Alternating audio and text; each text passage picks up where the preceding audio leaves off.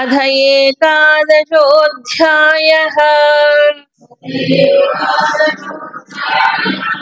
विश्वरूपसन्दर्शनयोगः।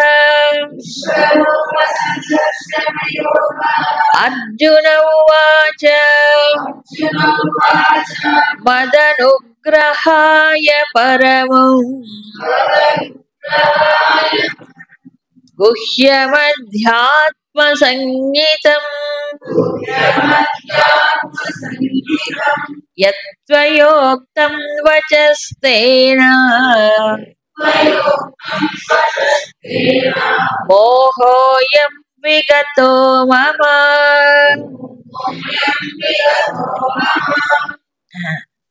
ఇది అండి ideal student. So అర్జునుడు ఎవరిప్పుడు ఒక మంచి ఆదర్శవంతమైనటువంటి సాధకుడు, విద్యార్థి అనుకోండి. ఏమంటున్నాడు? మద్ అనుగ్రహాయ పరమం గుహ్యం అధ్యాత్మ సంగీతం వజః యత్వయా ఉక్తం. త్వయా ఉక్తం, నీ చేత చెప్పబడినటువంటి, నువ్వు చెప్పినటువంటి మాటలు ఏవైతే, వచః అంటే ఈ వాక్కులు ఎలాంటివి? అవి పరమం గుహ్యం అధ్యాత్మ సంగీతం. ఈ సాధారణమైనవి కాదు, అవునా? పరమం అంటే శ్రేష్టమైనవి, గుహ్యం లోతైనవి, మా బుద్ధికి అందనివి, విన్నా చదివినా అర్థం కాదు. తర్వాత అధ్యాత్మ సంగీతం, దేనికి సంబంధించిన? ఇప్పుడు చెప్పిందంతా అధ్యాత్మ. అధ్యాత్మం అంటే ఏంటి? ఆత్మకు సంబంధించినటువంటి. ఆత్మ అంటే పరమాత్మే, అవునా? అలాంటి విషయాలు మరి మీరు చెప్పారు కృష్ణ. అది ఎందుకు చెప్పాము? అది అనుగ్రహాయ. అది ఇప్పటికి వచ్చింది ఆయనకి. ఏమిటి? నా పైన అనుగ్రహము చేత మీరు ఇవన్నీ నాకు చెప్పారు. ఇప్పటిదాకా ఆ మాట అనలే, అవునా? అనలే. ఇప్పుడు ఆ భగవంతుడి యొక్క ఇది స్థితి ఏమిటో, ఆయన ఎవరో కాస్త బుర్రకు ఎక్కుతుంది అన్నమాట. బాగా ఎక్కింది. 10వ అధ్యాయంలో స్తుతి చేశాడు, అవును. పరం బ్రహ్మ పరం ధామ స్తుతి చేశాడు. విభూతులు విన్న తర్వాత ఆయనకి ఇంకా స్పష్టత వచ్చింది, అవునా? అంతటి వాడు, ఎంతటి వాడండి? ఈ విశ్వం యావత్తు ఆయనలో ఓ చిన్న అంశగా నిలిపినటువంటి భగవంతుడు తనకొచ్చి చెప్తున్నాడంటే ఏముంది, అవునా? కేవలం అనుగ్రహం తప్ప ఏముంది? క్వాలిఫికేషన్స్ ఎంత, అవునా? కాబట్టి మద అనుగ్రహాయ, నన్ను అనుగ్రహించడానికి మీరు చెప్పారు. ఇదంతా నా పైన దయచేసి శరణాగతి పొందాడు కదా, నన్ను నడిపించు అన్నాడు కదా, అందుకు అలా అనుగ్రహంతో చెప్పారు. సరే, ఈ చెప్పినవన్నీ కూడా చాలా లోతైన విషయాలే, ఎవరికి తెలియవు అన్నాడు కదా. నీ విభూతుల గురించి, నిన్ను గురించి నువ్వే తెలుసుకోగలవు, ఇంకెవరు తెలుసుకోలేరు కదా. దేవతలు కానీ, అసురులు కానీ ఎవరూ తెలుసుకోలేరు, ఋషులు కానీ. కాబట్టి నీవే నాకు చెప్పని అడిగాడు ఇంతకుముందు. అందుకు విషయం ప్లస్ ఇది అధ్యాత్మ సంగీతం. ఇదేమో ఫిజికల్ సైన్స్ కాదు, భౌతికమైన శాస్త్రం కాదు. ఇది కేవలం లోపల ఉన్నటువంటి సర్వవ్యాపకమై అంతర్యామిగా అంతటా వ్యాపించిన ఆ ఆత్మస్వరూపం ఏదైతే ఉందో అధ్యాత్మం, అది సాక్షాత్తు మీరే నాకు చెప్పారు. ఇలా మీ దగ్గర వినటం వల్ల, దీన్ని తెలుసుకోవటం వల్ల మమ అయం మోహ విగత. ఏమిటి? నాలో ఉన్న మోహం కాస్త ఏమైపోయింది? తొలగిపోయింది. అది జ్ఞానం యొక్క ఫలితం. జ్ఞానం యొక్క ఫలితం ఏంటి? బుద్ధి వాచిపోకూడదు, బుద్ధి ఏమవ్వాలి? ప్రకాశం రావాలి. బుద్ధి వాచిపోవడం అంటే ఈగో, అహంకారం పెరుగుతుంది. బుద్ధి ఏది అది దానికి సరి అయినటువంటి జీర్ణం కాకపోతే, అవునా కాదు? విద్యావంతుల్లో ఈ జ్ఞానం భగవంతుడిది, పరమాత్మది, ఋషులది అని లేకపోతే ఏమవుతుంది? విద్య ఎంత పెరిగితే అంత అహంకారం పెరుగుతుంది. కాబట్టి మోహం పెరుగుతుంది కానీ తగ్గిచావదు. సో జ్ఞానం కాస్త వంట పట్టింది అనుకోండి కొంచెమైనా, అవునా? అప్పుడు నాకు అన్నీ తెలిసినది ఎవరు అనరు. ఏమనుకుంటాను, నాకు తెలిసింది ఎంత, ఇప్పుడు కదా కనిపింపాం, ఇప్పుడు కదా అసలేంటో తెలిసింది, అవునా కదా? కాబట్టి ఈ మిడిమిడి జ్ఞానాలు అక్కడ పోతాయి, పూర్తిగా తొలగిపోతాయి. సో ఇది లక్ష్యం, ఇది సత్యం, దీన్ని కదా అందుకోవాలి అని ఒక కనువిప్పులాగా అనిపిస్తుంది. తన శక్తి, తన సామర్థ్యం ఇవన్నీ కూడా ఏమైపోతాయి అప్పుడు? ఎగిరిపోతాయి దూది పింజార్లా, అన్ని పోతాయి. అందుకని నా యొక్క మోహం అంటే ఇప్పుడు అర్జునుడికి వచ్చింది ఏమిటి? ఏమొచ్చింది? ధర్మ సమ్మూఢ చేతాహ అన్నాడు కదా. ధర్మాధర్మ నిర్ణయం చేయలేకపోయాడు, పైగా వాదించాడు మొదటి అధ్యాయం అంతా. ఇది తప్పు అన్నాడు, ఇది హింస అన్నాడు, అన్నీ చేశాడు. అలా అన్నాడు. అప్పుడు భగవంతుడు ఇలా నెమ్మదిగా నెమ్మదిగా ఒక్కొక్క మెట్టు నెమ్మదిగా అర్జునుడికి ఒక మార్గం తీసుకెళ్ళాడు. అందుకే గురుదేవులు అంటారు, భగవద్గీత అనేది ఒక రీఎడ్యుకేషన్. రీఎడ్యుకేషన్ అంటే ఏంటి? కొంత జ్ఞానం ఉంది వ్యక్తికి, కానీ ఆ జ్ఞానము పనికి రాకుండా పోయిందే. అవసరం వచ్చినప్పుడు, దుఃఖం వచ్చినప్పుడు, కష్టం వచ్చినప్పుడు జ్ఞానం పనికి రావాలి కదా. పనికి రాకపోతే జ్ఞానం ఉన్నట్ట లేనట్టు. ముందు తన కష్టాలు, తన దుఃఖాలు, తన సమస్యలు నుంచి బయటపడగలిగితే అప్పుడు జ్ఞానం ఉన్నట్టు, అవునా? అందుకు రీఎడ్యుకేషన్ అంటారు. రీఎడ్యుకేషన్ అంటే తన బుద్ధి, తన మనస్సు, తన ఇవేదో ఉన్నాయి వాటి యొక్క ఆలోచన విధానాన్ని సరళిని మార్చుకోవడమే. మామూలు దృష్టితో ఆలోచిస్తాడు, లౌకిక దృష్టితో. ఈ జ్ఞాన దృష్టితో ఆలోచిస్తే అప్పుడు సమస్య అనేది ఏమవుతుంది? ఎగిరిపోతుంది. సో గురుదేవులు ఒక మాట చెప్తారు, రాంగ్ ఐడెంటిఫికేషన్ వల్ల ప్రాబ్లమ్స్ పెరుగుతాయి, సరి అయిన దాన్ని కనుక తాదాత్మ్యం చెందితే ప్రాబ్లమ్స్ అన్నీ ఎగిరిపోతాయి. మూల కారణం అది. అదే కదా అర్జునుడికి సమస్యకు మూల కారణం ఏంటి? తాదాత్మ్యం. దేంతో చెందాడు? తన ఉపాధులతో తాదాత్మ్యం చెందాడు. ఇవన్నీ ఈ ఉపాధులన్నీ మా వాళ్ళు అనుకున్నాడు, అప్పుడు ప్రాబ్లమ్స్ మొదలై. అంతేగా? దేంతో తాదాత్మ్యం? తన ఉపాధులు, ఎదుటివాడి ఉపాధులే పట్టుకున్నాడు. కానీ కృష్ణుడు ఏం చూపించాడు? ఈ అన్నిటి లోపల ఉన్నది ఎవరు? నేనే. కాబట్టి ఇమే జనాధిపాహ, ఈ ఈ రాజుల్లో, నీలో, నాలో, మనం అందరం ఎప్పుడు ఉన్నాం. ఎప్పుడంటే ఇలా ఉన్నావా? ఉపాధులుగా కాదుగా. సమాధానం చెప్పాడు. సో సరాచర జగత్తు యావత్తు ఆయనలో ఉంటే నేనేంటి చేసేది అక్కడ? అవునా? సర్వ ప్రాణుల్లోనూ ఆయన ఏమన్నా అన్ని రూపముల్లో సర్వ ప్రాణుల్లో శక్తిగా, జ్ఞానముగా, తేజస్సుగా, అవునా, బలముగా, ఇంకేమిటి చెప్పండి? మనకేముంది? ఇవన్నీ తీసేస్తే ఏముంది చెప్పండి? సత్తుగా, సత్ అంటే ఉనికి. ఇవన్నీ తీసేస్తే ఏముంది మరి చెప్పుకోవడానికి? ఏమీ లేదు కదా. అలా కాబట్టి 10వ అధ్యాయంలో ఆయన విభూతులు విన్న తర్వాత అర్జునుడికి చాలా మనసులో ఒక వెలుగులాగా, బుద్ధిలో ఒక వెలుగులాగా వచ్చింది. కాబట్టి ఇక్కడే చెప్పాడు ఆయన, నాకు మోహం తొలగిపోయింది. మామూలు 18వ అధ్యాయంలో అడుగుతాడు అర్జునుడు, కృష్ణుడు అడుగుతాడు, ఏమయ్యా నీకు మోహం పోయిందా, అర్థమైందా అని అడుగుతాడు. కానీ ఇక్కడ మనం 10వ అధ్యాయం విన్న తర్వాత విభూతులు విన్న తర్వాతే ఆయనకి మోహం పోయింది అంటాడు.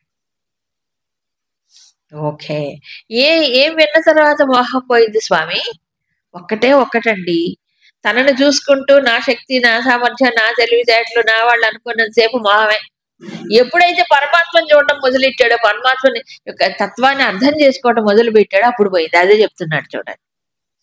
భవాప్యయో హి భూతానాం శ్రుతౌ విస్తరశో మయా త్వత్తః కమలపత్రాక్ష మాహాత్మ్యమపి చావ్యయం.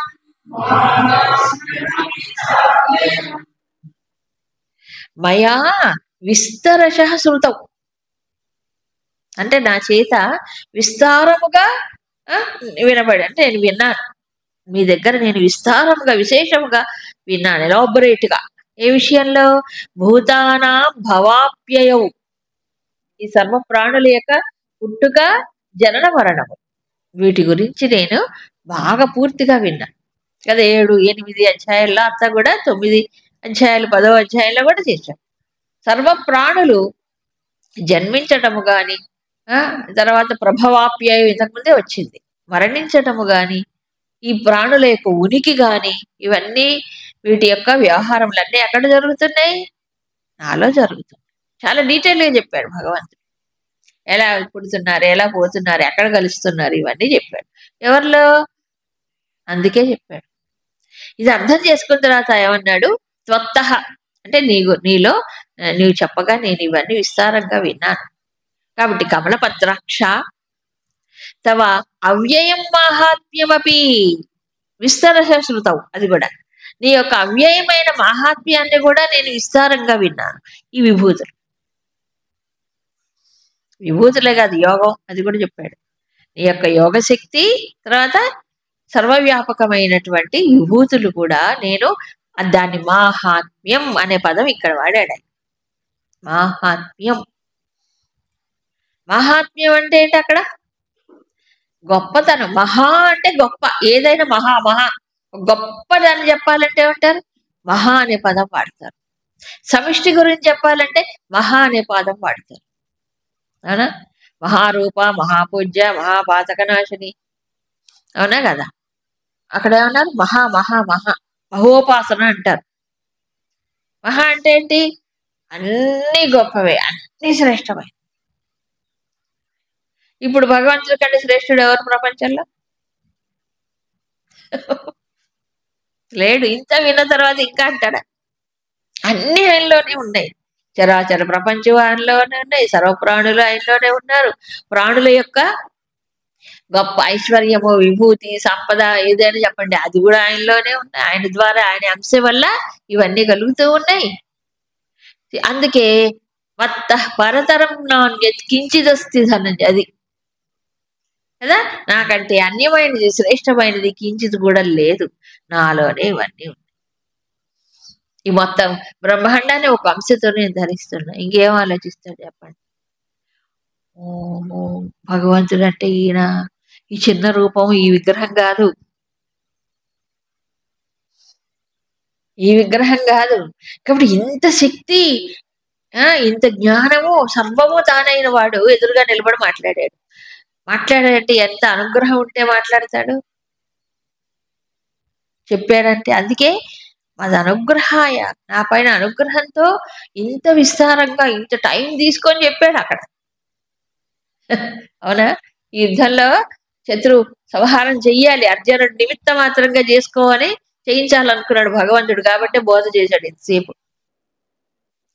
ఎప్పుడైతే భగవంతుడి యొక్క మహాత్మ్యం అర్థమైందో, గొప్పతనం, అప్పుడు ఏమైంది? ఈయనకి మొత్తం బళ్ళును తెల్లవారినట్టు, వెలుగొచ్చినట్టు, ఆ చీకటి, మోహము, దుఃఖము అన్నీ జరిగిపోయి. మానవుడికి కూడా అంతే. అర్జునుడు ఎగ్జాంపులే. కాబట్టి ఎవరికి ఏదైనా, దేనికైనా కూడా పరిష్కారం ఒకటే, ఏంటంటే పరమాత్మ పరిష్కారం. పరిష్కారానికి మించిదేమీ లేదు అక్కడ భగవంతుడి కంటే. కాబట్టి అన్ని సమస్యలకు పరిష్కారం పరమాత్మనే, ఔషధమే. పరమాత్మ చింతన, తలపు, మహాత్మ్యం. ఒక్కసారి మహాత్మ్యాన్ని తలుచుకుంటే ఏమవుతున్నాడు జీవుడు? అసలు జీవుడికి ఉనికే లేదు అక్కడ. జీవుడికి ఉనికే లేదు. ఉనికిని భావించుకొని, ఉనికిని గొప్పగా చెప్పుకుని కదా, ఇవన్నీ పెంచుకొని ఇరుక్కుపోతున్నాడు జీవుడు. ఉనికే లేదు, ఉన్నది ఆయనే అని చెప్పాడుగా. ఇదంతా ఇప్పుడు అన్ని విన్నాడు, శ్రవణం చేశాడు. మనిషికి ఏదైనా ఒక గొప్ప విషయాన్ని గురించి విన్నప్పుడు మనసులో ఒక ఏంటంటే ఇంక్విజిటివ్నెస్ అంటాడు. ఇంక్విజిటివ్నెస్ అంటే ఉత్కంఠ.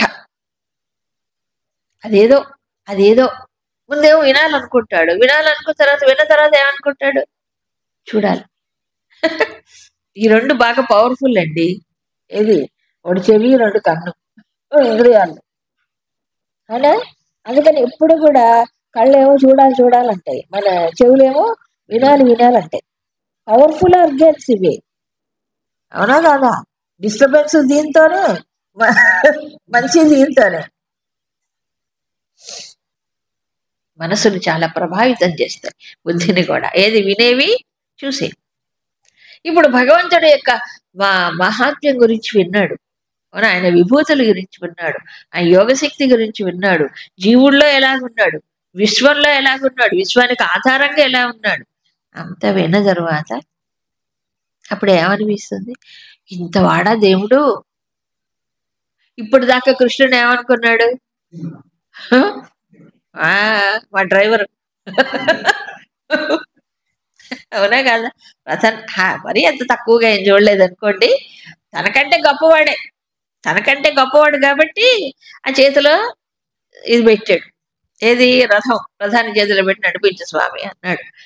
తర్వాత విషాదం ఆవహించినప్పుడు శిష్యుడైపోయాడు. అవునా? శిష్యుడైపోయి శరణాగతి పొందాడు. అంత జ్ఞానం అప్పటిదాకా ఇంత పిసరంత కూడా చెప్పలేదు కృష్ణుడు ఇంతవరకు. ఇక్కడే చెప్పాడు. ఎందుకు? ఈవిడ శరణాగతి అయ్యాడు కాబట్టి చెప్పాడు, లేకపోతే చెప్పలే. ఆ బుద్ధి తెరుచుకుంటే కదండి జ్ఞానం వెళ్ళేది. బుద్ధి మూసుకుపోయేది, జ్ఞానం ఎలాగొస్తుంది చెప్పండి?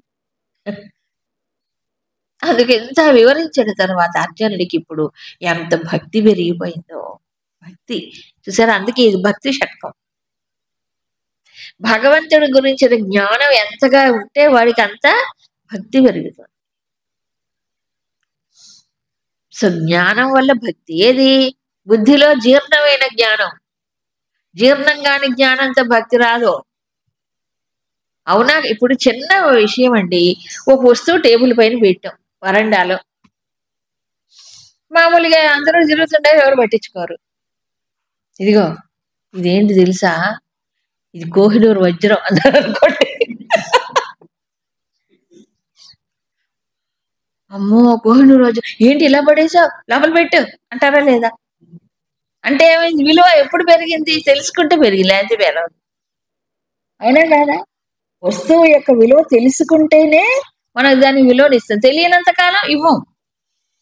అలాగే భగవంతుడి యందు భక్తి ఎప్పుడు పెరుగుతుంది చెప్పండి? భక్తి రావాలంటే ఎట్లా వస్తుంది చెప్పండి? ఆయన ఒక విగ్రహం అనుకొని, నేను ఒక విగ్రహం అనుకుని నేను పూజించాలి, నేను ఇది చేయాలి, దానికి చాలా కష్టం ఇవ్వాలి, నేను పూజ చేయకపోతే దానికి ఎలాగో, నేను నైవేద్యం పెట్టకపోతే ఎలాగో. ఆ? నువ్వు ఆయనకి చేస్తున్నావా మేలేమైనా? కాదు కదా? అవునా కాదా? సో ఇది భగవంతుడి స్వరూపం, ఇది ఆయన తత్వము అని ఎంతగా బుద్ధికి గోచరం అవుతే, అర్థం అవుతే, అంతగా ఏమవుతుంది సహజంగా? నాకు నీకు సర్వ జగత్తుకి ఆధారమైనటువంటి వాడే, ఈ రూపనామాలన్నీ ఆయనలో కదులుతున్నాయి, ఈ గుణాలన్నీ ఆయనలో ప్రవర్తిస్తున్నాయి, వీటన్నిటికీ అంటకుండా అతీతముగా ఉన్నటువంటి వాడు ఆయన. ఈ సృష్టి స్థితి లయములు జరుగుతూనే ఉన్నాయి. ఊహకు అందుతుందండి అదేంటో? బుద్ధికి అందుతుందా? అంతటివాడు పరమేశ్వరుడు అనుకున్నప్పుడు అప్పుడు ఏమాలి? ఆటోమేటిక్ 2 చేతులు సరిపో. అందుకే 11 అధ్యాయంలో చెప్తారు 2 చేతులు సరిపో. అవునా? అందుకని ఇప్పుడు మహాత్మ్యం అర్థమైంది స్వామి. అంత విస్తారంగా చెప్పారు. మొత్తం ప్రాణికోటి యొక్క జనన మరణములు, సంసారం, సృష్టి స్థితి లయములు అన్ని కవర్ చేశారు దీంట్లో ఇప్పటిదాకా. అప్పుడు భక్తి. సో ఇప్పుడు చూడండి, దీనికి భక్తి షట్కం అని ఎందుకు పెట్టారు? అవునా? ఇంతకు ముందంతా కర్మ గురించే, ఇప్పుడు భక్తి. కాబట్టి నెమ్మదిగా ఒక్కొక్క స్టెప్ తీసుకొచ్చాడు, అంతేగాని ఇక్కడ డైరెక్ట్ గా అద్వైతం చెప్పలేదు. చెప్తే అర్థం కాదు, చెప్తే అర్థం కాదు. అది ఇందాక అన్నాడు ఒక మాట, ఏమిటి? ధనంజయ పాండవానాం ధనంజయ ఒక మాట అన్నాడు అంతే. అంటే ఏంటి? నేనే నువ్వు, నేను లేకుండా నువ్వు లేవు ఒక మాట అన్నాడు, అంతేగా? పరాపరా ప్రకృతులు చెప్పినప్పుడు అదే చెప్పాడు, ఉన్నమాటే. కాకపోతే ఆ స్థాయికి అర్థం కాదు కాబట్టి అంత వివరించి చెప్పాల్సి వచ్చింది. సరే, ఇప్పుడు విన్న తర్వాత ఏం కలిగింది? ఆసక్తి కలిగింది, ఆసక్తి పెరిగింది, భక్తి అంకురించింది. ఇప్పుడు విన్న దాని గురించి ఏమిటి? ప్రాక్టికల్ గా విన్నది చూడాలి అనుకున్నాడు. విన్నది చూడడం అంటే ఏవమేతత్యథార్థత్వం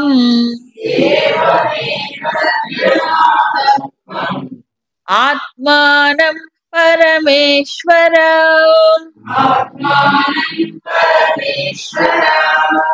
ద్రష్టుమిచ్ఛామి తే రూపం ఐశ్వరం పురుషోత్తమ.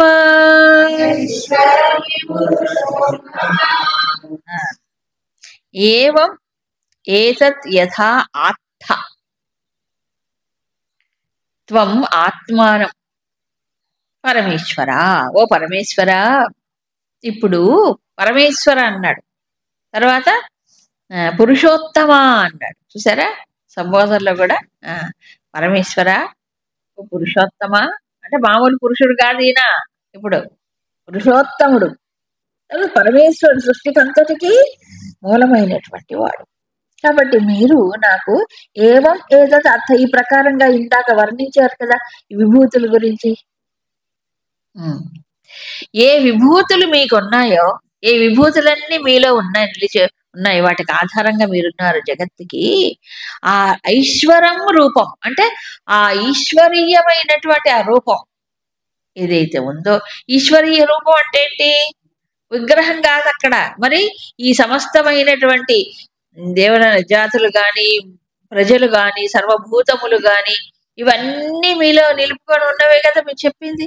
ఇవన్నీ మీలో నిలుపుకున్నారు. ఆ ఈశ్వరీయ రూపం అడిగాడు ఇక్కడ. ఆ రూపం ఏదైతే ఉందో ద్రష్టుమిచ్ఛామి, నేను చూడాలని నాకు కోరిక కలిగింది, చూడాలని అనుకుంటున్నాను. విన్న తర్వాత అనుకున్నాడు. ఈశ్వరీయ రూపం చూడడం వేరు, ఊరిక క్షేత్రాలకు వెళ్ళి దర్శించుకోవడం వేరు.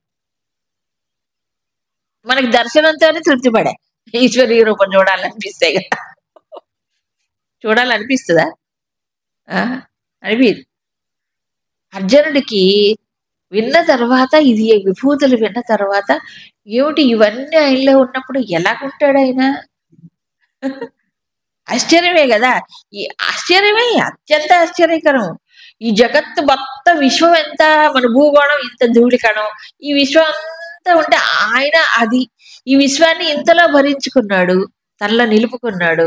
ఆయన ఎలాగుంటాడు మరి? ఇప్పుడు ఇవన్నీ రూపాలు, ఈ అన్ని నామరూపాత్మక జగత్తు యావత్తు ఆయనలో ఇంతట. అప్పుడు ఆయన రూపం ఎలాంటిది? ఈశ్వరీయ రూపం. బ్రహ్మాండానికి ఆవల, బ్రహ్మాండ బద్దలై యద్ బ్రహ్మాండస్య జగత్ వ్యాప్తం అంటాడు. అవునా? బహిరంతర్గత. అక్కడ శ్రీరాముడి స్తోత్రంలో వస్తుంది ఒకటి ఉపనిషత్తులు. శ్రీరాముడు ఎవరు? బ్రహ్మాండస్య బహిర్వ్యాప్తం అంటాడు. బ్రహ్మాండం కాదు, బ్రహ్మాండ బహి అంటే ఏంటి? ఈ మొత్తం బ్రహ్మాండముకు ఆవల ఇంకా మించి ఉన్నటువంటి వాడు. ఇదే ఇక్కడ చెప్పింది. అంతేగా మొత్తం జగత్తుకి నాలో ఇంత అంశం. ఆయన ఎవరు? బ్రహ్మాండానికి మించి ఉన్నాడు ఇంకా. అది ఆయన రూపం. ఎవరు? భగవంతుడి యొక్క రూపం. అలా ఉన్నటువంటి ఈశ్వరీయ రూపం ఏదైతే ఉందో, ఇందులో అందరూ వచ్చారు చూడండి. దైత్యులు వచ్చారు, దేవతలు వచ్చారు, అలాగే సర్వప్రాణులు వచ్చారు. అచరమైన చరము కానటువంటి పర్వతాలు, నదులు ఇవి వచ్చాయి. అవునా? జగత్తులో ఏమి ఉన్నాయి? అన్నీ వచ్చాయి. ఇవన్నీ ఆయనలో ఉన్నాయి. ఆయనలో ఆయన ఆధారంగా నిలిచాయి. అవునా? కాబట్టి ఆ ఈశ్వరీయ రూపం రూపం రూపం ద్రష్టం ఇచ్చామి అని అడిగాడు. అంతేగా మరి రూపమే చూడాలి అని అనుకున్నాడు. అయితే ఆ రూపము అంత తేలిగ్గా ఎవరికి లభించదు చూడ్డానికి. అందుకు వెంటనే బుర్రకు అర్థమైంది, నేనేమన్నా అతిగా కోరుతున్నానా? నాకేమైనా ఎబిలిటీ కానీ కెపాసిటీ కానీ లేకుండా నేను కోరుతున్నానా అని అనిపించిందేమో. అందుకని వెంటనే అంటున్నాడు, మన్యసే యది తచ్చక్యం మయా ద్రష్టుమితి ప్రభో యోగేశ్వర తతో మే త్వం దర్శయాత్మానమవ్యయం.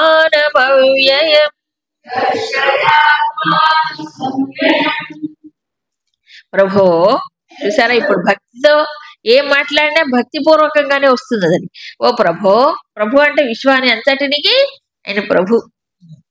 యోగేశ్వర, ఇప్పుడు చూడండి కృష్ణుడు పార్థసారథి కాదు, ఎవరు?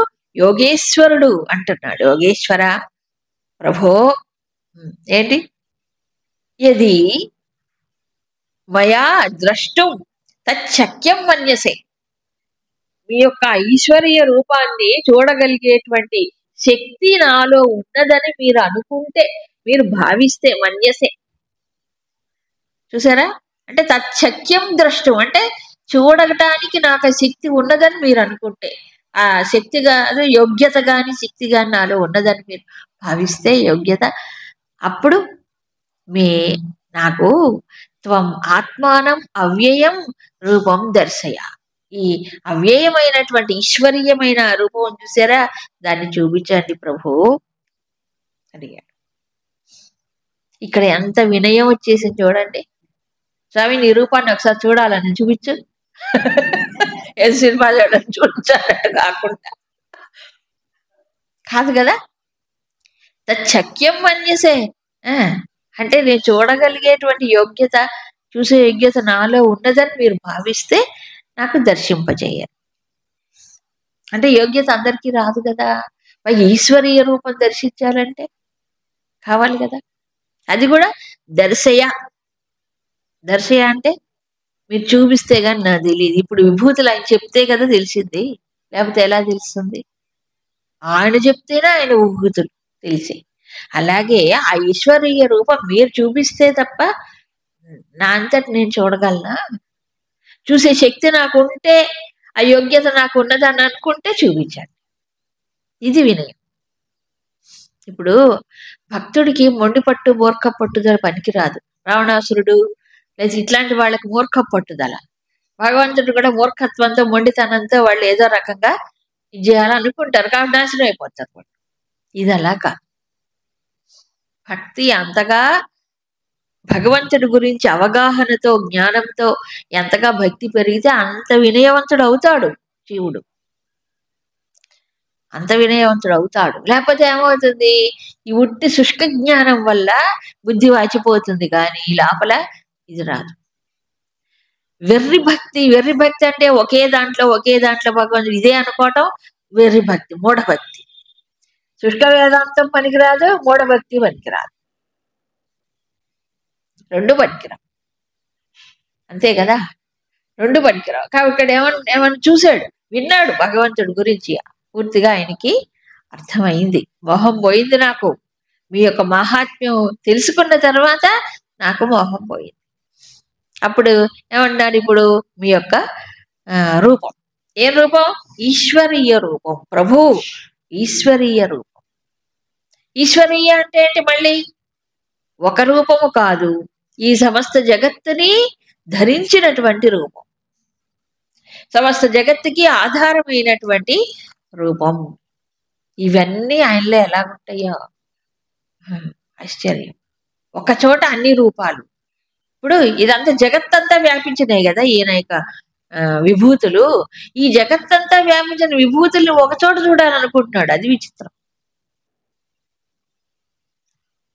అవునా? అనంతంగా వ్యాపించింది, అనంతంగా చూడటం ఎవరికి వల్ల కాదు. కానీ ఒక చోట